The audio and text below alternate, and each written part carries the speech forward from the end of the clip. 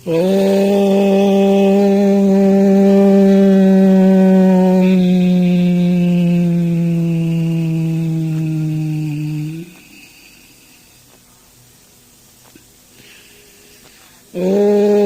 पुरुष एवेदं सर्वं यद्भूतं यच्च भाव्यम् उतामृतत्यो तेषानो यदन्ये नातिरोहति।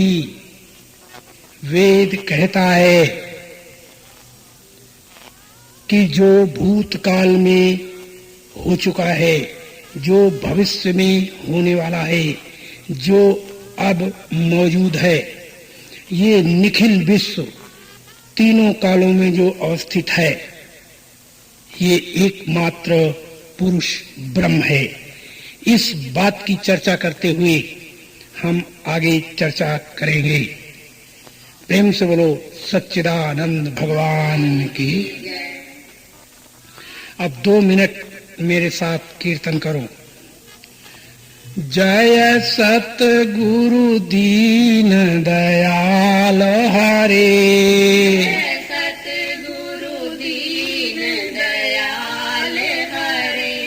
जिन्होंने भव सागर पार करे,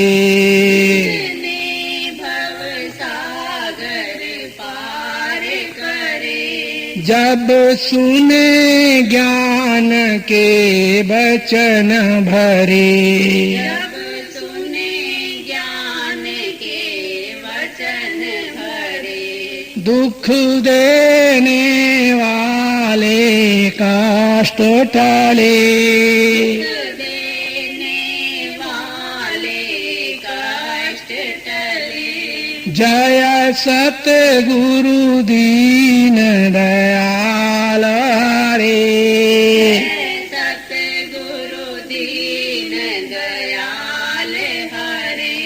प्रेम से बोलो सच्चिदानंद भगवान की। यदि हम अर्चनीय, वंदनीय, प्रातः स्मरणीय जगत नियंता की चरण शरण में विराजमान समुपस्थित संत समाज, मेरी ही आत्मा में विराजमान बंधुओं, माताओं और बच्चों, आज हम ये बात पर विचार करें कि जो मनुष्य जन्म है ये अंतिम जन्म है। और ये भी साथ में तुम्हें बता दें कि परमात्मा जिसे हम कहते हैं, जिसे ब्रह्म हम कहते हैं, जिसे अल्लाह गॉड कह के बुलाते हैं, वह परमात्मा एक बार केवल कृपा करता है। कृपा और दया में अंतर है। दया बार बार की जाती है और कृपा एक बार होती है। और कृपा के द्वारा भगवान होता क्या है कि जब प्राणी 84 लाख योनियों में भटक रहा होता है, तब भगवान इसके ऊपर कृपा करते हैं। और भगवान कृपा करते हैं और कृपा करके मनुष्य जन्म इसको देते हैं। और जब मनुष्य जन्म इसको मिल जाता है तो यह स्वतंत्रता इसके हाथ में आती है कि वो कर्म करने में स्वतंत्र होता है और फल भोगने में परतंत्रता होती है। तो जब एक बार उसे मनुष्य शरीर दे दिया, फिर इसके हाथ में आ जाता है एक सब कुछ करना न करना। इसीलिए जितना वेद शास्त्र उपनिषद आदियों में या संत महात्मा गुरुओं ने कहा है, वो केवल मनुष्य के लिए कहा है, किसी देवी देवता अवतार के लिए उपदेश नहीं दिया जाता, नहीं किया जाता। जब भी उपदेश किया जाता है तो वो केवल मनुष्य के लिए किया जाता है। और इस मनुष्य को वास्तविकता को समझने के लिए सब कुछ छोड़ना और सब कुछ को एक जानना, यही इतना जानना इसके लिए पर्याप्त है। तो जब हमने इस बात को जानने के लिए चले तो हम दृष्टांत लेते हैं मनु शत्रुपा का। ये तुलसीदास की रामायण का दृष्टांत है। मनु ने चौथे पन में अपने पुत्र को राज्य देकर और वो जंगल को निकल पड़ी और 88,000 ऋषि जो नैमिष में मौजूद थे उनके मध्य जा पहुंचे। तो उन्होंने इनको तप करना सिखाया, जप करना सिखाया, ध्यान करना सिखाया, योग करना सिखाया, और जिसके कारण मनु और मनु की अर्धांगिनी जो शतरूपा थी, ये दोनों एक पैर से खड़े होकर इन्होंने घोर तपस्या की। इस तपस्या के विषय में भगवान कृष्ण गीता में कहते हैं कि जो प्राणी हठ से हठ पूर्वक तपस्या करते हैं और वो मुझे कष्ट देते हैं। इस सिद्धांत से मनु जो थे वो उल्टा कर्म करने लगे ऋषियों के कहने पर। तो जब ये इतनी तपस्या की, इन्होंने इतनी तपस्या की कि दोनों पति पत्नी एक पैर से खड़े रहे, और जब एक पैर से खड़े रहे तो इनके शरीर जो थे अस्थि मात्र हो रहे शरीरा, और यद्यपि मना को मन नहीं पीरा। तुलसीदास ने लिखा शरीर इनके अस्थि मात्र रह गए, मांस शरीर में नहीं रहा। ऐसी स्थिति इनकी जब हो गई तो विधि हरिहर तप देखी अपारा, मनु समीप आए बहुवारा। हुआ क्या? विधि ब्रह्मा, विष्णु और शंकर अनेक बार तीनों आए और इनको ये कहते रहे मांग मांग मांग, मैं आ गया हूं। तो मनु ने इनकी बात ठुकरा दी कि हम तुमको नहीं चाहते, नहीं चाहते, तुम हमारे सामने से चले जाओ। तो बार बार भगवान आते, कौन कौन? ब्रह्मा, विष्णु, शंकर, और बार बार वो उनकी बात को नहीं मानते, इसलिए बार बार वो आए और मनु शतरूपा ने अपनी हठ पूर्वक जो योग से तपस्या कर रहे थे वो तपस्या नहीं तोड़ी। तो भगवान जो शुद्ध सच्चिदानंद परमात्मा अशरण शरण, जिसकी कोई शरण नहीं, जो किसी के अधीन नहीं, अशरण शरण, जिसका कोई शरण देने वाला नहीं, उसको वो गले लगाते हैं। तो उस अशरण शरण ने ये देखा कि अब तो ये जग ही नहीं पा रहे, तो भगवान ने आकाशवाणी की, और वो आकाशवाणी मनु शतरूपा के कानों के द्वारा होती हुई और जब हृदय में पहुंची तो क्या हुआ कि मनु शतरूपा की जब वाणी हृदय में पहुंची कानों से होती हुई, तो मनु एकदम जगे, और जग करके उन्होंने देखा कि हृष्ट पुष्ट तन भय सुहाए, और मान हुआ बही भवन ते आए। उनके शरीर हृष्ट पुष्ट हो गए, मानो जैसे पहले घर से आए थे वैसा ही शरीर पुनः उनका हो गया। इसके बाद मनु जो थे उससे आकाशवाणी ने कहा मांगो मांगो बरो भय न भोवाणी, और परम गंभीर कृपामृत शानी। मांग मांग कह के जो आवाज गई और कानों को से चीरती हुई हृदय में पहुंची, तो मनु शतरूपा जगे और पुनः मांग मांग की वाणी सुनाई दी। तो मनु ने कहा कि हमने तो अभी तक कुछ मांगने की इच्छा नहीं की थी, और आपके आधार पर हम आज जो मांगते हैं वो दो। बोले आकाशवाणी ने कहा मांगो मांगो मांगो। मनु ने कहा, मनु बोले कि जो स्वरूप बस शिव मन माही, और जही कारण मुनि यतन कराही, जो महेश मन मानस हंसा, और सगुण अगुण जही निगम प्रशंसा, और देखहि हम स्वरूप भरी लोचन, और कृपा करो प्रणतारति मोचन। हे प्रभु, अगर तुम देना चाहते हो तो हमें दो कि जो शंकर भगवान के हृदय में हंस रूप से विहार करता है, हम उसको देखना चाहते हैं, हम उसको प्राप्त करना चाहते हैं। तो जब ये कहा तो भगवान ने वाणी उनकी स्वीकार की और क्या हुआ कि प्रगटे विश्ववास भगवान, और उसी समय व्यापक भगवान जो था वो प्रकट हो गया। अब जब व्यापक भगवान प्रकट हो गया तो मनु की दृष्टि जहां जाए, जहां देखहि तहां प्रभु आसीना, असे वहीं सीध मुनीश प्रवीणा। जिधर देखे वहां एक परमात्मा ही परमात्मा दिखने लगा। तो मनु हैरान हो गए कि ये क्या बात है, ये क्या दिख रहा है। तमाम सिद्धियां निधियां जिसकी सेवा कर रही हैं, ऐसा उन्होंने देखा। तो जब ऐसा देखा तो कहीं जब दृष्टि नहीं जमी तो एक जगह पर उन्होंने दृष्टि जमाई, तो वहां पर देखा कि नील सरोरु नीलमणि और नील नीरधर श्याम, और लाज ही तन शोभा निरखी कोटि कोटि शत काम। नील सरोरु नीलमणि नील नीरधर श्याम, लाज ही तन शोभा निरखी कोटि कोटि शत काम।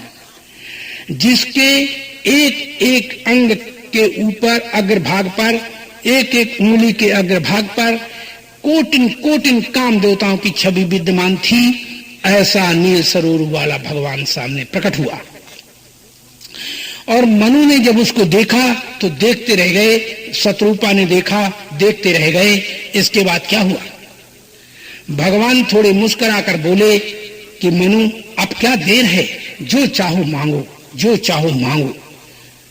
तो मनु बोले कि महाराज, अब तक तो मांगने के लिए हमने कुछ सोचा नहीं था, और आपको देख करके एक अभिलाषा पैदा हो गई है, और मेरी उस अभिलाषा को पूर्ण कीजिए। तो भगवान ने कहा, हाँ हाँ, बोलो बोलो बोलो, मांगो मांगो मांगो। तो मनु ने कहा महाराज, अगर आप दे रहे हैं तो हमें दें। बोले क्या? अब चाहूं तुम ही समान सुत, प्रभु सन कवन दुराव। हे प्रभु, अब हम तुम्हारे समान पुत्र चाहते हैं, और आपसे दुराव हम करना नहीं चाहते, इसलिए मुझे तुम्हारे जैसा बेटा मिले। भगवान मंद बुद्धि से मुस्कुराकर बोले, मनु, तुम्हारे मस्तिष्क पर क्या पत्थर पड़ गए? तुम्हें अकल नहीं रही? तुम क्या मांगती हो? तो उन्होंने कहा, महाराज मैं क्या मांगता हूं, क्या गलती हो गई हमसे?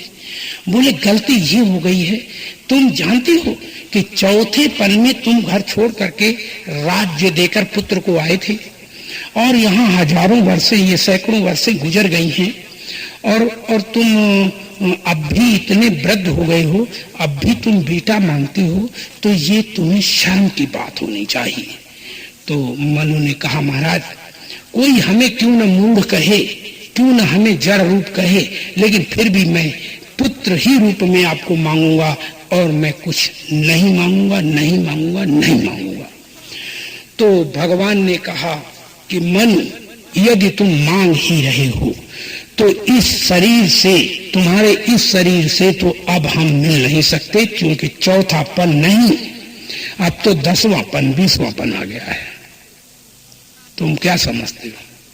अब तो तुम्हारे पुत्र नहीं हो सकते। इसलिए मैं एक बात कहता हूं। बोले, कहो महाराज। बोले, अब मैं तुम्हें ये बताना चाहता हूं कि तुम्हें इस जन्म में तो हम पुत्र रूप में नहीं मिल सकते। बोले, क्यों? बोले, इसलिए कि तुम वृद्ध हो गए हो, और अब तुम्हें इस रूप में मैं नहीं प्राप्त होऊंगा। तो जब ये कहा कि मैं नहीं प्राप्त होऊंगा, तो उन्होंने कहा फिर? तो कहा, फिर मैं बताता हूं कि इस जन्म के बाद तुम्हारा कश्यप और अदिति नाम से तुम्हारा जन्म होगा, और कश्यप और अदिति नाम से जो जन्म होगा तो वहां पर समस्त देवताओं के तुम माता पिता बनोगे, और इसके बाद जब फिर शरीर त्यागोगे तो फिर अयोध्या के भूआल, अयोध्या के राजा दशरथ के नाम से और कौशल्या के नाम से तुम उत्पन्न होगे। और जब दशरथ और कौशल्या के नाम से तुम्हारी जोड़ी जब उत्पन्न होगी, उस समय मैं तुम्हारा पुत्र बनूंगा। और ये याद रखना है मनु, इसमें भूल मत जाना कि आप सरिस खोजो कहाँ जाई, नप तब तनय होब मैं आई। हे मनु, अपने जैसा पुत्र तो हम इस संसार में खोज नहीं सकते और ना ही मेरे जैसा कोई पुत्र हो सकता है इस त्रैकाल जगत में। इसलिए हे मनु, मैं ही तुम्हारा पुत्र बनूंगा, मैं ही बनूंगा। इसमें तुम डिफीट मत खा जाना, वो मैं ही हूँगा, पुत्र बन करके मैं ही आऊंगा। तो उन्होंने कहा और तुम मुझे पुत्र मत समझना, मुझे ही समझना। तो उन्होंने कहा महाराज, चाहे कोई मुझे मूढ़ क्यों न कहे, लेकिन फिर भी मैं पुत्र की दृष्टि से ही आपको देखूंगा। तो उन्होंने कहा मनु, फिर तुम जानो, हमने तो तुम्हें बता दिया। और एक दिन आया कि कश्यप और अदिति बने, और अदिति के बाद फिर वह तमाम देवताओं के जन्म के कारण बने, सारे देवता उनसे उत्पन्न हुए। और इसके बाद तीसरे जन्म में जब वह दशरथ नाम से अयोध्या के भूवाल बने, राजा बने, कौशल्या अर्धांगिनी बनी, उस समय इनके कोई संतान नहीं। तो फिर चौथेपन में इन्होंने एक यज्ञ कराई और वो बात भूल गए कि हमें 4 पुत्र मिलने चाहिए। तो यद्यपि ऋषियों ने बताया कि राजन तुम्हें 4 पुत्र मिलेंगे, तुम घबराओ नहीं। तो उन्होंने कहा कैसे मिलेंगे, अब तो मुझे नपुंसक बना दिया गया है और अब कैसे मिलेंगे। तो ऋषियों ने कहा कि ऐसा करो कि तुम पुत्रेष्ट यज्ञ कराओ। तो दशरथ ने पुत्रेष्ट यज्ञ करने वाला उस समय पर कोई भी व्यक्ति, यद्यपि ब्रह्म ज्ञानी वशिष्ठ जी उस दरबार में मौजूद थे, विश्वामित्र महातपस्वी उसमें मौजूद था, तथापि पुत्रेष्ट यज्ञ कोई कराने में समर्थ नहीं था। तो पुत्रेष्ट यज्ञ उस समय कराने में समर्थ थे श्रृंगी ऋषि। क्योंकि ये बाल्यावस्था से जंगल में पाल करके इनको स्त्री को दिखाया नहीं गया था और ऐसी स्थिति में ये पले, तो उनके पास वो शक्ति आ गई जिस शक्ति से संतान उत्पन्न हो सकती थी।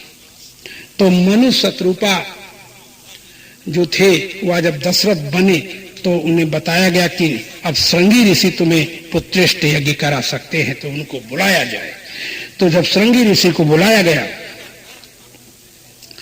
और श्रृंगी ऋषि को बुला करके यज्ञ पुत्रेष्ठ यज्ञ कराई गई, तो पुत्रेष्ठ यज्ञ के द्वारा 4 पुत्र जब इनके यहाँ पैदा हुए, जन्मे या प्रकट हुए, माने इसमें फर्क कोई नहीं है, चाहे प्रकट हो तो भी वही बात है, जन्मे तो भी वही बात है, क्योंकि जन्मता कोई नहीं है, सब प्रकट ही होते हैं।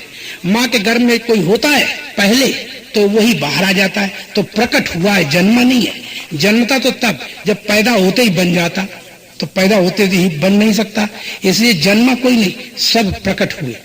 तो भगवान अनसन सहित मनुज अवतारा और लइहा दिन कर वंश उधारा। क्या हुआ, एक बार भूमि पर जब म्लेच्छों ने, जब राक्षसों ने अत्याचार इतना मचाया कि गाय, गो और देवता, माता पिता एवं संतों को मार मार करके और सत्य की तरफ जाने से रोका गया। तो इतना जब अत्याचार हुआ तो सारी ये पृथ्वी जो थी ये भार से थर्रा गई, और इस पृथ्वी ने ब्रह्मा के यहां जाकर प्रार्थना की कि हे महाराज, हमारे भार को दूर करो, मैं भाव से बहुत व्यथित हूं। तो सारे देवता इकट्ठे हुए, पृथ्वी की वाणी सुनी, तो सारे देवताओं ने प्रार्थना की भगवान से उस समय। तो उस प्रार्थना में, प्रार्थना सुनकर भगवान प्रकट हुए, आकाशवाणी की कि जनि डर पो मुनि सीध सुरेशा, और तुम ही लागी धरी हो नर भेसा, अनसन सहित मनुज अवतारा, और ले हो दिन कर वंश उधारा। तो तुम चिंता मत करो, मैं अनसन के समेत इस धराधाम पर सूर्य वंश में जन्म लूंगा, और तुम सब बानर देहधर, बंदर का शरीर धारण करके, बंदर भालू का, और संसार में विचरो। तो धरी है विष्णु मनुज तन तहिया। तो विष्णु जब भगवान का, राम का रूप धारण करेंगे, तो तब तुम क्या करना, उनकी सहायता करना। और ये जो राक्षसों का, भगवान जो है भूमि का भार उतारेंगे और राक्षसों का वध करेंगे, और फिर से सृष्टि को ठीक से स्वचालित करेंगे। तो जब इतना कहा कि स्वचालित करेंगे, तो परिणाम ये हुआ कि पुत्रेष्ट यज्ञ हुई और 4 बेटे पैदा हुए। और 4 बेटा पैदा होने के बाद फिर क्या हुआ कि भगवान राम स्वयं उनकी गोद में आए।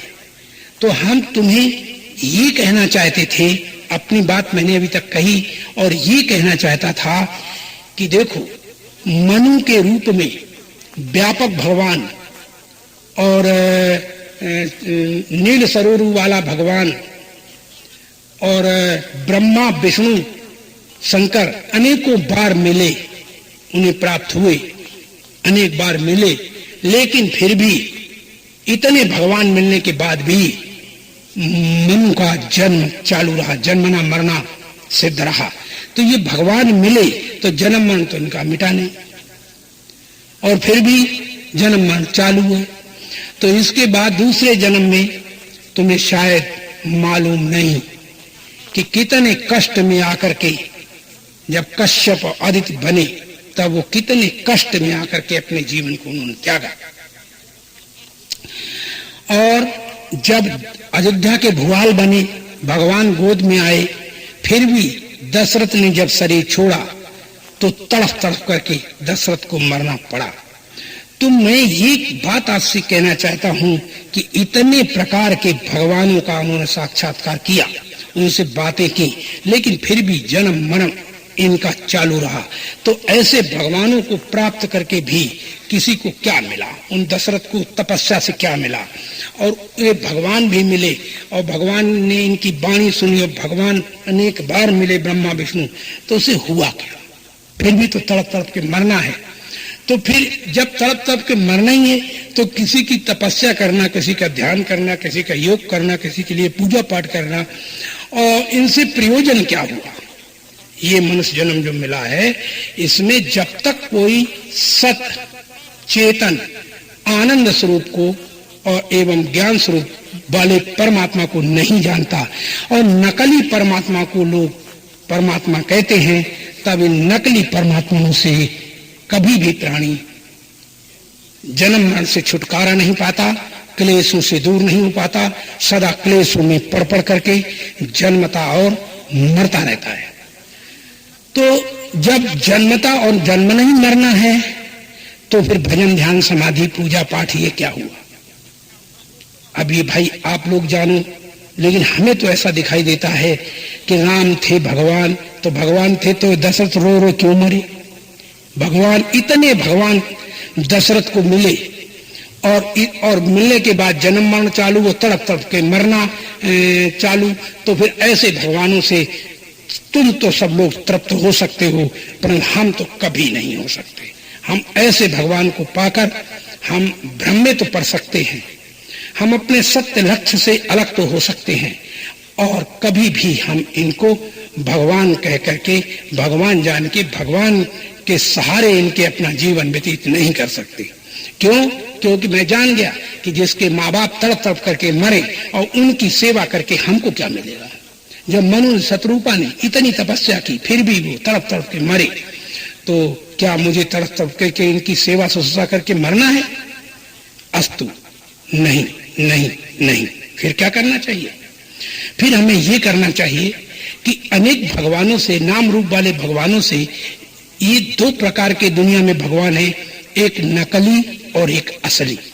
तो नकली भगवान है, जितने नाम रूप वाले हैं ये तो नकली हैं। इनसे कभी गमनागमन से रहित होना किसी के लिए संभव नहीं है। शायद आप समझते हैं कि नहीं, सीता को राम मिले और अपने भाइयों को, अपने माता पिता को राम मिले, लेकिन फिर भी इनका कल्याण नहीं हुआ। इतने भगवान मिले मनु शतरूपा को, लेकिन फिर भी उनका कल्याण नहीं हुआ। तो जब नहीं हुआ तो हमारा कर्तव्य बनता है कि क्यों न हम इनसे ऊपर उठ करके उस सत्य परमात्मा को जाने, जिसके द्वारा कोटिन चतुरानन गौरीसा और अगणित उडगन रवि रजनीसा, जिसके अंशभूत होकर के कोटिन ब्रह्मा, कोटिन विष्णु, कोटिन सूर्य चंद्रमा प्रकट हो जाएं, तो उसको हमें क्यों नहीं जानना चाहिए। तो ऐसे उस सत्य परमात्मा को हमें जानना चाहिए। कुछ लोग ऐसा भी इस दुनिया में कहते हमें मिलते हैं। कोई कहता है कि साकार भगवान है, कोई कहता है निराकार भगवान है। तो हम ये पूछते हैं कि साकार भगवान तो आंख से दिखता है, इसलिए ये साकार भगवान तो भगवान हो नहीं सकता। क्यों? क्योंकि साकार भगवान तो नकली हो सकता है। कैसे? कि जो आंख से दिखता है वो नष्ट हो जाता है। चाहे तुम्हारी आंख देखे, चाहे उसे हमारी आंख देखे, चाहे किसी कीड़ी या ब्रह्मा की आंख देखे, किसी की XYZ आंख से देखेगा तो वो वस्तु कालांतर में नष्ट हो जाएगी। तो आंख से दिखने वाला साकार तो सत्य परमात्मा हो नहीं सकता, क्योंकि परमात्मा का जन्म मरण नहीं होता और परमात्मा सदा विद्यमान रहता है। और जब सदा विद्यमान परमात्मा रहता है तो फिर ये नकली भगवानों को देखो कि जब ये दुनिया में आते हैं, थोड़े दिन रहते हैं, इसके बाद तड़प तड़प करके ये भी चले जाते हैं। कोई नदी में डूबता है, कोई के बाण लगता है, और कोई यूं ही डूब करके यूं ही चले जाते हैं। तो इनसे कुछ बनने वाला कुछ है नहीं। फिर क्या है? फिर तो जिससे cotton Ram, cotton Vishnu, cotton Shankar पैदा हो जाएं, जिसके अंशभूत होकर कोटिन ब्रह्मा, कोटिन विष्णु, कोटिन शंकर पैदा हो जाएं।